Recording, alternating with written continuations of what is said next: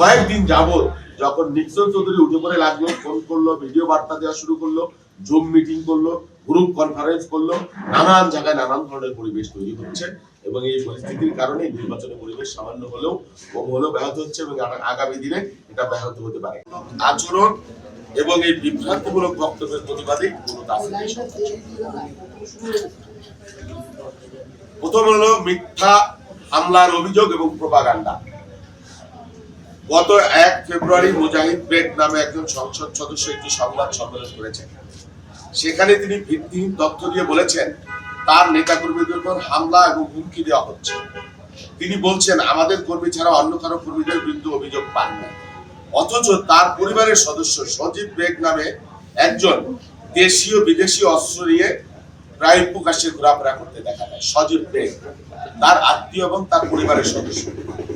বেগ তার কর্মীদের গায়ে একটি নখের আচরণ কিন্তু করে না, এখন পর্যন্ত আপনারা দেখাইতে পারবেন। অথচ তিনি হামলার প্রতিবাদে সংবাদ সম্মেলন নামে একটি শিরোনাম করে সাংবাদিকদের ব্রিফিং করেছেন। এটা স্পষ্ট মিথ্যাচার এবং সুপরিকল্পিত প্রোপাগান্ডা। এর একমাত্র উদ্দেশ্য হলো নির্বাচনকে প্রশ্নবিদ্ধ করে নির্বাচন কিভাবে বানচাল করা যায় বা জনগণের মধ্যে কিভাবে বিভ্রান্তি তৈরি করা যায় সেই প্রচেষ্টা। এরপরে আসি নিক্সন চৌধুরীর সহযোগিতা প্রচারণা, কালো টাকার ব্যবহার।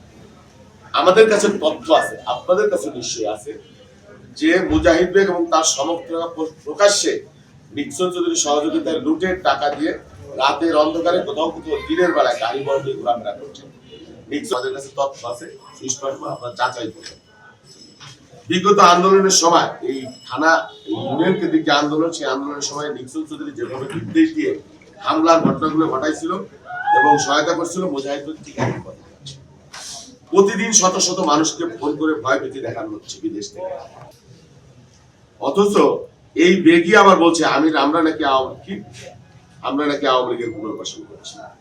এটা একটা চরম মিথ্যাচার এবং ধৃষ্টতা বলে আমি মনে করছি। যিনি নিজে আওয়ামী লীগের সাথে হাত মিলিয়ে কাজ করছেন এবং অন্যদের আওয়ামী পুনর্বাসনের আবার অভিযোগ করছেন।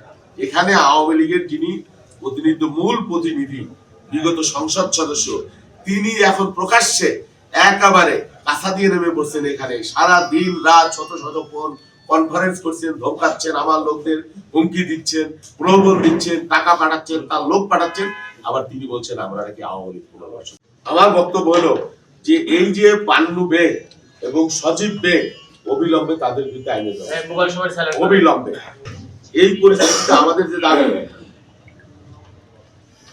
আপনারা দেখেছেন আমরা প্রায় বলছি প্রশাসনকে বলছি যে এখানে প্রচুর কালো টাকা পাঠানো হচ্ছে, প্রচুর, এবং পতিতদের সন্ত্রাসী তাদের, এবং সরাসরি এখানে নিক্সন চৌধুরী সাহেব এখানে নির্বাচনটা আসলে নিক্সন চৌধুরী উনি একটা ছায়া হিসেবে এখানে প্রতিনিধিত্ব করছেন।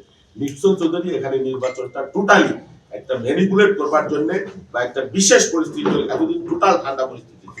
আমি 1 বছর যাবত এখানে কাজ করছি, একজন মানুষও বলতে পারবে না যে আমার নেতা কর্মীরা কারো উপর হামলা করেছে, কারো উপর নির্যাতন করেছে বা কোনো ঘটনা করেছে। এখানে আরেকটা জোট আছে, জামাত ইসলাম জোট, তারাও শান্তিপূর্ণভাবে কাজ করছে। আমরা দেখছি আমাদের এখানে কোনো একটা শান্তি সম্প্রীতি। কিন্তু কয়েকদিন যাবত যখন নিক্সন চৌধুরী উঠে পড়ে লাগলো, ফোন করলো, ভিডিও বার্তা দেওয়া শুরু করলো, জুম মিটিং করলো, গ্রুপ কনফারেন্স করলো, নানান জায়গায় নানান ধরনের পরিবেশ তৈরি হচ্ছে এবং এই পরিস্থিতির কারণে নির্বাচনের পরিবেশ সামান্য হলেও ব্যাহত হচ্ছে এবং আগামী দিনে এটা ব্যাহত হতে পারে। এই যে নিক্সন চৌধুরীর যারা direct staff, Nazrul, Bashar, Leon, এবং আমি সুস্পষ্টভাবে বলছি পান্নু বেগ, যিনি কিছু অবৈধ ব্যবসা বাণিজ্যের সাথে নিজেকে জড়িয়ে আছেন, সেটা যেহেতু আজকের প্রসঙ্গ না, আমি সেই জন্য ব্যক্তিগত বিষয় এখানে আনবো না।